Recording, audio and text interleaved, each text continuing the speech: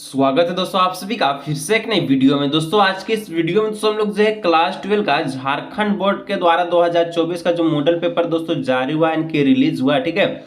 तो उसके लिए दोस्तों आज की इस वीडियो में हम लोग जो है क्लास 12 का इतिहास यानी कि दोस्तों हिस्ट्री का, ठीक है, हम लोग जो ऑब्जेक्टिव और सब्जेक्टिव दोनों का दोस्तों आंसर देखने वाला और सबसे आसान भाषा में, सबसे आसान शब्द में, ठीक है। ऑब्जेक्टिव 30 को देखेंगे और 22 प्रश्न जो आपका सब्जेक्टिव है, ठीक है। 30 एमसीक्यू प्रश्न है, 22 आपका जो सब्जेक्टिव प्रश्न है। तो सारा का उत्तर दोस्तों आज ही की इस वीडियो में देखने वाले हैं। आपको कहीं जाने की जरूरत नहीं है। ऑब्जेक्टिव के लिए अलग वीडियो नहीं देखना पड़ेगा, नहीं आपको सब्जेक्टिव के लिए, ठीक है। दोनों आपको एक ही वीडियो में मिल जाने वाला है, ठीक है। तो आप दोस्तों वीडियो को अंत तक देखिएगा और लास्ट में दोस्तों मैं आपको बताऊंगा कि आपका जो सब्जेक्टिव का जो पीडीएफ है वो कहां से प्रोवाइड होगा, ठीक है। तो आप वीडियो को पूरा अंत तक देखिएगा जरूर, ठीक है। चलिए यहाँ पर दोस्तों देखिए क्लास 12 का झारखंड शैक्षिक अनुसंधान के द्वारा जो आपका मॉडल प्रश्न पत्र 2024 जारी हुआ उसका हम लोग जो फुल सोल्यूशन करने वाले हैं, ठीक है। ऑब्जेक्टिव प्लस सब्जेक्टिव दोनों का समान निर्देश में आप पढ़ लीजिएगा, ठीक है। सभी प्रश्न अनिवार्य है। कुल प्रश्न 52 आपको दिया जाएगा, 30 ऑब्जेक्टिव और 22 को सब्जेक्टिव, तो दोनों मिला दीजिए तो 52 प्रश्न, ठीक है। चलिए तो यहाँ पर दोस्तों सबसे पहले हम लोग ऑब्जेक्टिव का आंसर देखेंगे, उसका बाद सब्जेक्टिव का भी आज की इस वीडियो में देखेंगे। आपको टेंशन नहीं लेना है, ठीक है। चलिए पहला प्रश्न कहता है निम्न में से कौन सा स्थल रावी नदी के किनारे विकसित हुआ है। तो कौन सा स्थल दोस्तों रावी नदी के किनारे विकसित हुआ है, तो पहला का ऑप्शन नंबर डी हो जाएगा, ठीक है। हड़प्पा सभ्यता, ठीक है। यानी कि हड़प्पा सभ्यता दोस्तों जो आपका हड़प्पा जो स्थल है वो रावी नदी के किनारे विकसित हुआ है, ठीक है। चलिए नेक्स्ट दोस्तों 2 नंबर पूछा है हड़प्पा सभ्यता का सबसे बड़ा स्थल कौन सा है। तो हड़प्पा सभ्यता का सबसे बड़ा स्थल दोस्तों आप सभी का कौन है, तो मोहनजोदड़ो का सभ्यता, ठीक है। ऑप्शन नंबर ए इसका हो जाएगा करेक्ट ऑप्शन, ठीक है। चलिए आगे दोस्तों बढ़ते हैं। 3 नंबर का था सिंधु घाटी सभ्यता में एकमात्र बंदरगाह कहाँ स्थित है। सिंधु घाटी सभ्यता को दोस्तों हड़प्पा सभ्यता के नाम से भी जाना जाता है, ठीक है। तो सिंधु घाटी सभ्यता एकमात्र जो बंदरगाह कहाँ स्थित है, तो 3 का ऑप्शन नंबर बी हो जाएगा, ठीक है। क्या हो जाएगा लोथल, इसका हो जाएगा करेक्ट ऑप्शन। चलिए 4 नंबर दोस्तों बोलता है बौद्ध साहित्य के अनुसार भारत में कितने महान, ठीक है, पदों का विकसित हुआ था।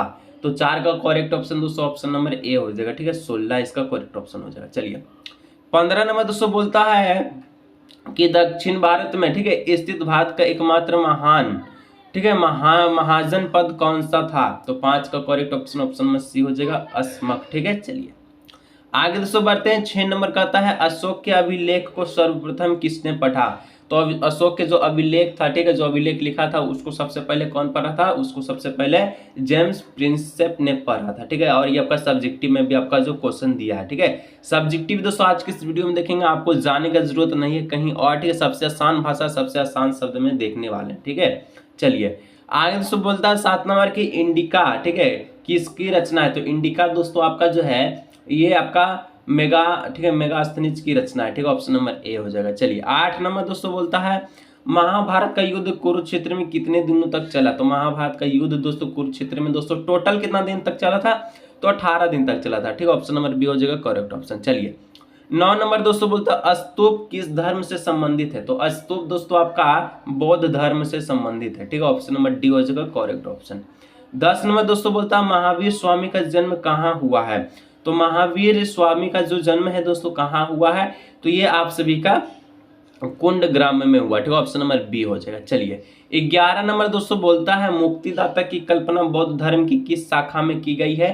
तो मुक्तिदाता की जो कल्पना है दोस्तों बौद्ध धर्म की कौन सी शाखा में की गई है, तो 11 का करेक्ट ऑप्शन ऑप्शन में सी हो जाएगा महायान, ठीक है। चलिए आगे दोस्तों बढ़ते हैं। 12 नंबर कहता है पुराणों की संख्या कितनी है। तो पुराणों की टोटल जो संख्या है दोस्तों वो आपका 18 है, ठीक है। चलिए 13 नंबर दोस्तों कहता है अलबरूनी किस भाषा का जानकारी नहीं था। अलबरूनी को किस भाषा का जानकारी नहीं था, ठीक है। तो अलबरूनी को दोस्तों कौन सा भाषा का जानकारी नहीं था, तो यहाँ पर यूनानी भाषा का उसको जानकारी नहीं था, ठीक है। चलिए 14 नंबर दोस्तों कहता है इब्न बतूता ने किस पुस्तक की रचना की। तो इब्न बतूता ने दोस्तों जो पुस्तक लिखा था वो था रिहला, ठीक है, रिहला, ठीक है। ऑप्शन नंबर बी हो जाएगा। चलिए 15 नंबर दोस्तों बोलता है पीर का अर्थ क्या होता है। पीर मतलब क्या होता है, पीर मतलब होता है दोस्तों क्या होता है, गुरु होता है, ठीक है, शिक्षक होता है। चलिए 16 नंबर दोस्तों कहता है प्रसिद्ध सूफी संत, ठीक है, मोइनुद्दीन चिश्ती का दरगाह कहाँ स्थित है। तो प्रसिद्ध आपका सूफी संत मोइनुद्दीन चिश्ती का जो दरगाह है दोस्तों ये आपका कहाँ स्थित है, तो अजमेर में स्थित है, ठीक है। ऑप्शन नंबर सी हो जाएगा। चलिए 17 नंबर दोस्तों बोलता है अलवार संप्रदाय के लोग किस देवता की उपासना करते थे, ठीक है, उपासना करते थे। तो 17 का ऑप्शन नंबर ए हो जाएगा विष्णु देव के, ठीक है। चलिए 18 नंबर दोस्तों बोलता है विजयनगर साम्राज्य के संस्थापक कौन है। तो विजयनगर आपका जो है साम्राज्य का जो संस्थापक है कौन है, तो 18 का ऑप्शन नंबर सी हो जाएगा, ठीक है, हरिहर और बुक्का, ठीक है। चलिए 19 नंबर दोस्तों कहता है तेलुगु साहित्य अमुक्त, ठीक है, मलयाद की रचना किसने किया। तो यहाँ पर इसका जो 19 का right answer option number B हो जाएगा कृष्णदेव राय ने, ठीक है। चलिए 20 का दोस्तों प्रश्न का अकबरनामा का रचना किसने किया। बहुत इंपोर्टेंट प्रश्न दोस्तों, मॉडल पेपर को जरूर पढ़ के जाइएगा, सब्जेक्टिव को खास करके, ठीक है, क्योंकि 22 गो प्रश्न सब्जेक्टिव का, टोटल 50 नंबर का, तो 50 नंबर सबसे ज्यादा सब्जेक्टिव में ही है, ठीक है। सब्जेक्टिव का भी उत्तर आज की इस वीडियो में देखेंगे, टेंशन ना लीजिए, ठीक है। अकबरनामा का रचना कौन किया दोस्तों। अकबरनामा का जो रचना किया था वो अब्बुल फजल ने किया था, ठीक है, ऑप्शन नंबर डी हो जाए। चलिए 21 नंबर दोस्तों कहता है संथाल विद्रोह कब हुआ। तो संथाल विद्रोह के जो नेता था सिंधु कान्हू, तो ये विद्रोह कब हुआ, ये आपका हुआ था 1855 ईस्वी में, ठीक है। चलिए आगे दोस्तों 22 नंबर कहता है दामिन एक कोह क्या है। तो दामिन एक कोह आपका दोस्तों ये क्या है, तो ये आप सभी का एक प्रकार का क्या संथालों की भूमि है, ठीक है, ऑप्शन नंबर सी हो जाएगा इसका करेक्ट ऑप्शन। चलिए 23 नंबर दोस्तों कहता है 1793 में जब अस्थायी बंदोबस्त लागू हुआ था, ठीक है, तो उस समय बंगाल में गवर्नर जनरल कौन थे। तो उस समय दोस्तों बंगाल के जो गवर्नर जनरल थे वो थे आप सभी का कौन थे, तो कार्नवालिस इसका हो जाएगा करेक्ट ऑप्शन, ठीक है। 24 नंबर कहता है दोस्तों 1857 का विद्रोह का प्रारंभ कहां से हुआ, ठीक है।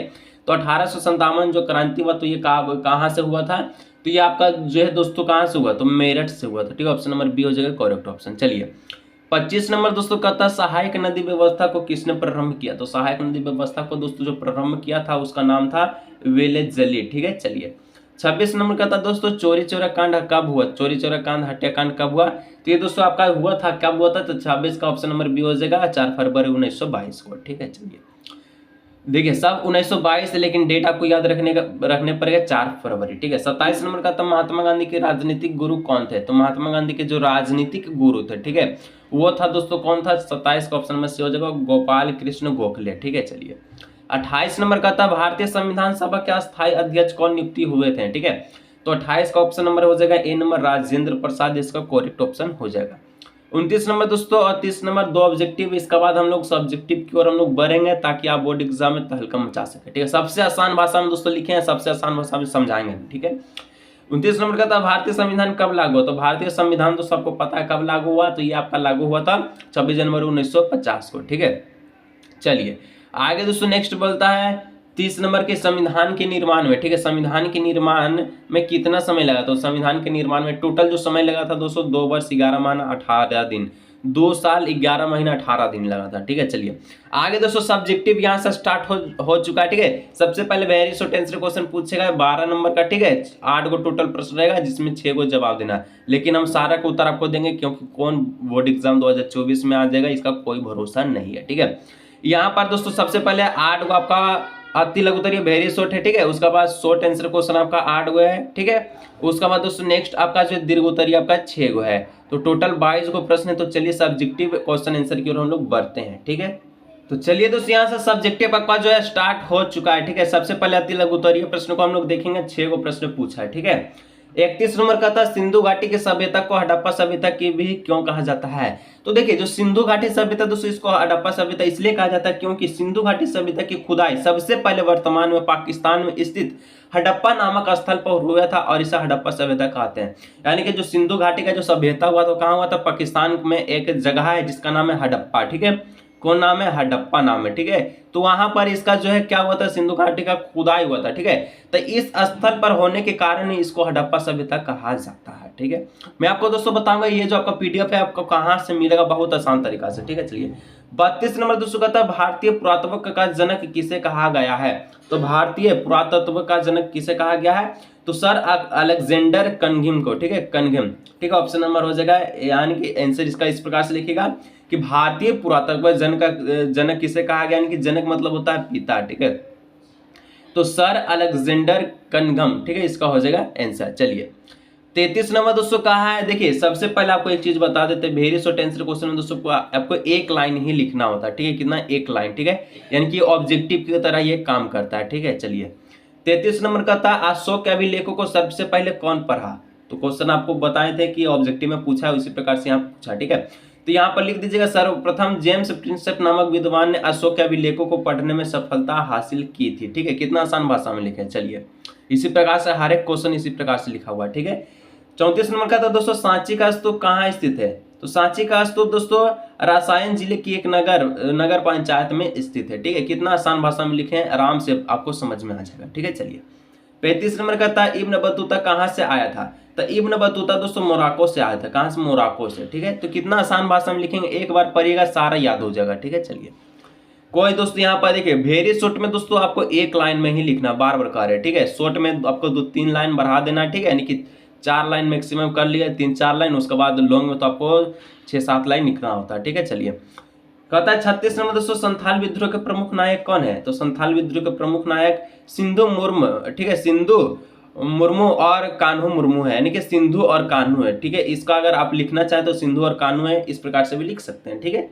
चलिए 37 नंबर दोस्तों का था असहयोग आंदोलन का प्रारंभ किसने और कब किया, ठीक है। सबसे पहले कब और किसने किया था। तो इस आयोग का जो इस आंदोलन को 1 अगस्त 1920 को, यानी कि इस मतलब कौन, असहयोग आंदोलन को 1 अगस्त 1920 को राष्ट्रपिता जो कि महात्मा गांधी के नेतृत्व में शुरू किया गया था, ठीक है। यानी कि कौन किया और कब किया, तो महात्मा गांधी ने 1 अगस्त 1920 को किया, यानी कि ऐसे भी लिख सकते हैं असहयोग आंदोलन का प्रारंभ जो है महात्मा गांधी ने 1 अगस्त 1920 को किया, ठीक है। इस प्रकार से भी लिख सकते हैं, कोई दिक्कत की बात नहीं है, ठीक है। 38 नंबर दोस्तों कहता है कि नालंदा विश्वविद्यालय की स्थापना किसने की। तो लिखेगा कुमारगुप्त ने 5वीं शताब्दी ईस्वी में नालंदा विश्वविद्यालय की स्थापना की। कुमारगुप्त दोस्तों वो आपका 5वीं शताब्दी में, ठीक है, बहुत पहले, ठीक है, नालंदा विश्वविद्यालय की स्थापना की। अब यहाँ से दोस्तों आपका जो लघु उत्तरीय प्रश्न स्टार्ट हो चुका है, ठीक है। इसमें दोस्तों आपको भी टोटल 8 प्रश्न पूछेगा, 6 का जवाब देना है। एक क्वेश्चन पर आपको 3 नंबर मिला तो टोटल 18 नंबर का, ठीक है, मिलेगा जवाब देना, ठीक है। तो चलिए हम लोग जो पूरा प्रश्न को देखेंगे ताकि कोई भी बोर्ड एग्जाम में आए आपको तो हल्का मचाने से कोई नहीं रख सकता। 39 नंबर का था दोस्तों हड़प्पा सभ्यता के धार्मिक जीवन का वर्णन करें, ठीक है। हड़प्पा सभ्यता मतलब सिंधु घाटी की सभ्यता, ठीक है। लिखना है कि सिंधु घाटी सभ्यता के लोग धार्मिक तथा अर्थ उनकी धार्मिक मान्यताओं थे, ठीक है। वह वृक्ष पशु पूजा अग्निकृत स्नान ध्यान और जल देवता की पूजा करते थे। वहां के लोग पवित्र स्थान और जल पूजा का धार्मिक महत्व समझते थे, ठीक है। इस प्रकार से इसका उत्तर पर लिख लीजिएगा। नेक्स्ट दोस्तों 40 नंबर का था अभिलेख से आप क्या समझते हैं, ठीक है, इसका महत्व क्या होता है। लिखना है अभिलेख से तत्पर पत्थर पर उत्कीर्ण किए गए उन शिलालेखों को कहा जाता है जो प्राचीन काल में, ठीक है, सबसे पहले जो शासक राजा आदि उन पे आदेश तथा अपने घोषणा अथवा संदेश आदि को पत्थर पर उत्कीर्ण करवा कर उन्हें जगह जगह पर लगवा देते थे, ठीक है।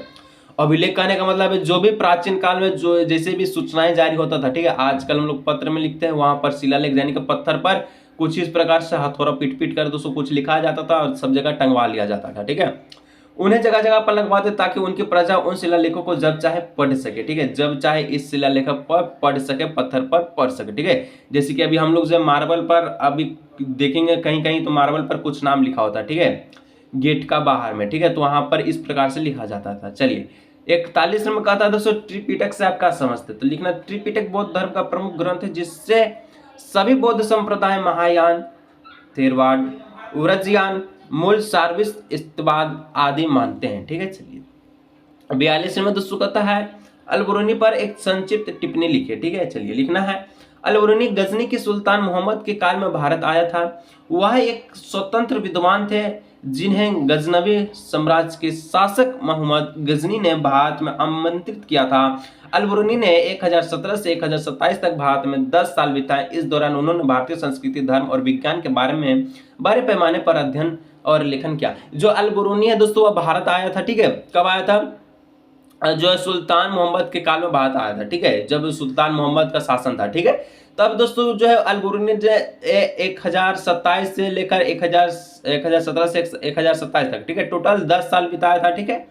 और इस दौरान उन्होंने भारतीय संस्कृति, धर्म और विज्ञान के बारे में बड़े पैमाने पर अध्ययन है, ठीक है। भारतीय का संस्कृति क्या है, उसका धर्म क्या है और विज्ञान साइंस के बारे में बहुत सारी जानकारी प्राप्त किया था, ठीक है, 10 साल में। चलिए 43 नंबर यानी कि 43 में दोस्तों कहता है सगुण भक्ति और निर्गुण भक्ति परंपरा क्या है बताएं। लिखना सरगुण भक्ति के भक्ति से अर्थ प्रभु के अवतारों को मानना, जैसे कि राजा दशरथ के पुत्र राम की भक्ति करना।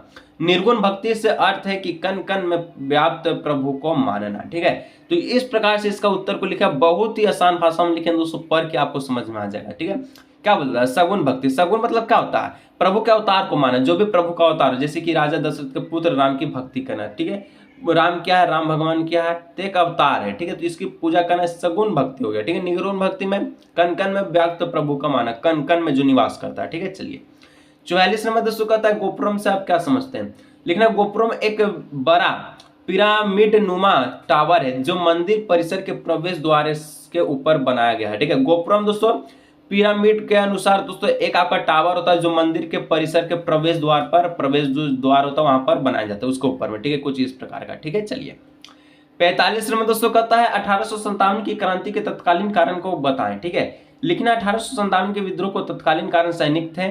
ठीक है, क्या था, सैनिक थे।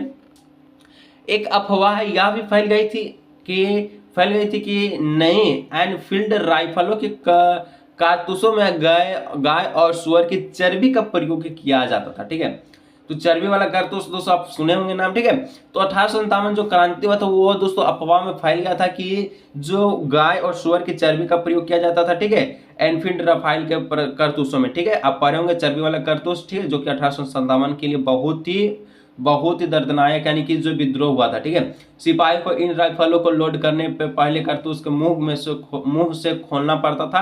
हिंदू और मुस्लिम दोनों सिपाहियों ने उनका जो इस्तेमाल करने से इनकार कर दिया। ठीक है, क्योंकि हिंदू जो है गाय को प्रिय मानता है और मुस्लिम जो है इसको। ठीक है, चलिए आगे दोस्तों बढ़ते हैं। नेक्स्ट जो है 46 नंबर का था बासरा और बेसरा से आप क्या समझते हैं। ठीक है, बासरा और बेसरा। ठीक है, चलिए बासरा के अंतर्गत वे सिलसिले थे जो सारा इस्लामिक कानून को मानते थे। ठीक है, और नमाज रोजा आदि नियमों का पालन करते थे, उसको बासरा कहता है। इनमें प्रमुख थे चिश्ती, ठीक है, सुहरावर्दी, फिरदौसी, कादिरी तथा नक्शबंदी सिलसिले थे। और बेसरा सिलसिलों में रियायत के नियमों को नहीं मानते थे। ठीक है, कलंदर फिरदौसी सिलसिला इसी समूह में संबंधित है।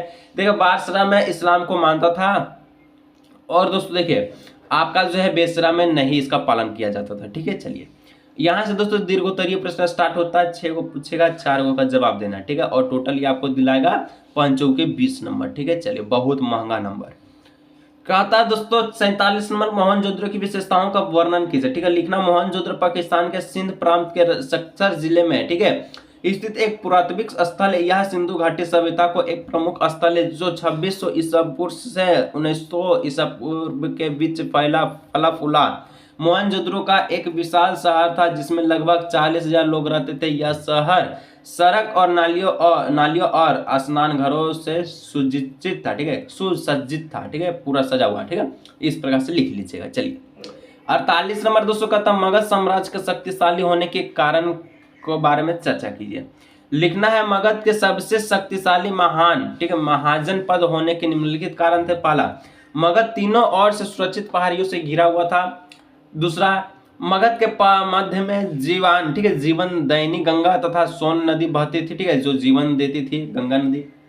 तीसरा, मगध की सीमाओं में प्रचुर मात्रा में खनिज संपदा उपलब्ध थी, विशेष रूप से लोह की जो है खाने थे। ठीक है, चौथा में लिखे मगध महाजन पद को शक्तिशाली तथा महत्वाकांक्षी राजाओं की प्राप्ति थी। ठीक है, तो इस प्रकार से मगध जो है साम्राज्य शक्तिशाली था क्योंकि गंगा नदी के किनारे था। ठीक है, और जो सुरक्षित पहाड़ियों से घिरा हुआ था।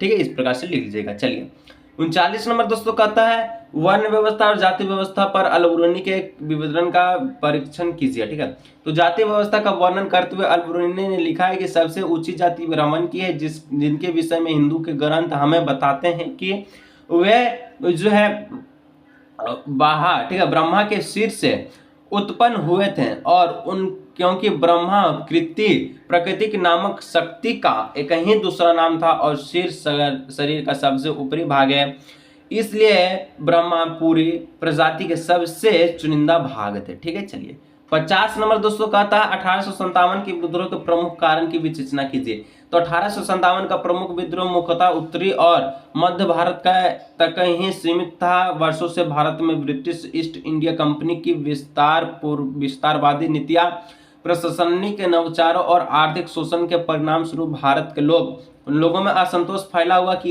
यही असंतोष 1857 के विद्रोह के कारण के तौर पर माना जाता है। जो 1857 का प्रमुख कारण था दोस्तों, उत्तरी और मध्य भारत में जो एक सीमित था, ठीक है। वर्षों में भारत में ब्रिटिश इंडिया कंपनी ने विस्तार नीतियों का, प्रशासनिक नवाचार, आर्थिक शोषण के परिणाम स्वरूप भारत के लोगों का असंतोष पैदा किया, ठीक है। ईस्ट इंडिया जो कंपनी आया था दोस्तों, उसमें भारत को बहुत नुकसान किया था। इस प्रकार से इसका जो है विद्रोह हुआ था, ठीक है, मेन कारण था, ठीक है, ईस्ट इंडिया कंपनी। चलिए 51 नंबर दोस्तों का था भारतीय राष्ट्रीय आंदोलन में गांधी जी की मुख्य भूमिका का विवेचना कीजिए, ठीक है। लिखना, भारतीय राष्ट्रीय आंदोलन में महात्मा गांधी का महत्वपूर्ण योगदान रहा। जनवरी 1915 में दक्षिण अफ्रीका से लौटने के बाद अहमदाबाद में, ठीक है, साबरमती आश्रम की स्थापना की। 1919 ईस्वी से 1947 तक राष्ट्रीय आंदोलन में गांधी जी की अग्रणी भूमिका रही, ठीक है। गांधी जी के द्वारा बिहार के चंपारण में सत्याग्रह का प्रथम प्रयोग किया गया। देखिए भारतीय राष्ट्रीय आंदोलन जो गांधी जी के द्वारा चलाया गया, आपको पता है, ठीक है, जो कि ये आपका 1915 जनवरी 1915 में दक्षिण अफ्रीका से लौटने के बाद, ठीक है, जब अहमदाबाद से साबरमती आश्रम की स्थापना की। तो 1947 तक राष्ट्रीय आंदोलन में गांधी जी की अग्रणी भूमिका रही, ठीक है। 1919 में स्टार्ट किया, 1947 तक युद्ध लड़ते रहे और लास्ट में जो अपना भारत आजाद हुआ है, ताकि राष्ट्रीय आंदोलन गांधी जी की अग्रणी भूमिका रही, ठीक है। गांधी जी के द्वारा दोस्तों बिहार के जो एक चंपारण है, चंपारण में सत्याग्रह का आपका क्या हुआ, प्रथम प्रयोग हुआ, ठीक है। चलिए इस प्रकार से लिख लेना। आगे दोस्तों यहाँ पर 52 नंबर जो है आप सभी का लास्ट प्रश्न सब्जेक्टिव का, और आपको बता देते हैं कि आपको जो पीडीएफ कहाँ से मिलेगा, ठीक है। तो आपको दोस्तों एक व्हाट्सअप नंबर ऊपर में दिख रहा होगा, ठीक है, यहाँ पर आपको एक व्हाट्सअप नंबर दिख रहा होगा। इस नंबर पे दोस्तों आपको कॉल करना, ठीक है। और ये आपका जो पीडीएफ है दोस्तों, इसके लिए आपको कुछ पैसा मांगा जाएगा, ठीक है। कितना मांगा जाएगा, तो आपको जो 2 रुपया मांगा जाएगा, ठीक है, बहुत ही कम 2 रुपये, ठीक है। ये तो दोस्तों आप जो चॉकलेट खा के खत्म कर देते होंगे, ठीक है। तो यहाँ पर जो व्हाट्सअप नंबर दिख रहा है, ठीक है, इसमें दोस्तों आपको जो क्या करना है, व्हाट्सएप में दोस्तों आपको हाई लिख के भेजना है, ठीक है। क्या लिखना है, हाई लिख के भेजना है। और वहां पर लिख दीजिएगा कि कहाँ से आप आए हैं, तो लिख दीजिएगा क्लास 12 से, ठीक है, हिस्ट्री सब्जेक्टिव मॉडल पेपर चाहिए, ठीक है। तो वहां से दोस्तों आपको क्यूआर कोड भेजा जाएगा, जिसमें आपको जो है 2 रुपया पे करना होगा। उसका स्क्रीनशॉट दोस्तों इस व्हाट्सएप पे आपको जो है देना होगा, ताकि दोस्तों आपको जो ये पीडीएफ आपको आसानी से मिल जाए और आप आसानी से पढ़ सके, ठीक है। तो 2 रुपया बड़ी बात नहीं है, आप कर लीजिएगा, ठीक है। चलिए लिखते हैं दोस्तों 52 नंबर की, कृष्णदेव राय विजयनगर के महानतम शासक थे कैसे। तो कृष्णदेव जो है एक इतना से लेकर दोस्तों इतना तक है, इसलिए विजयनगर से सर्वाधिक कृतिकर सम्राट थे। वे स्वयं कवि और कवियों के संरक्षक थे। तेलुगु भाषा से उनका कर्तव्य आपका जो अमूल्य मलयालम साहित्य का एक जो है रत्न, और इनकी बात का प्राचीन, ठीक है, इतिहास पर आधारित पुस्तक वन चरित वाली तेलुगु के साथ साथ संस्कृति में भी मिलती थी। तो कुछ इस प्रकार से दोस्तों इसका आंसर लिख लीजिएगा। अगर आज का ये वीडियो अच्छा लगा तो वीडियो को लाइक चैनल सब्सक्राइब कीजिएगा, और दोस्तों जो व्हाट्सअप नंबर दिया इस पर कॉल कीजिए, यानी कि आपको जो व्हाट्सअप करना हाई लिख के भेजना, ठीक है, कॉल मत कीजिएगा, ठीक है। चलिए तो यहाँ पर 2 रुपया मांगा जाएगा, उसको दे दीजिएगा, आपको पीडीएफ फ्री में मिल जाएगा। चलिए आज की इस वीडियो को देखते हैं, मिलते हैं नेक्स्ट वीडियो में।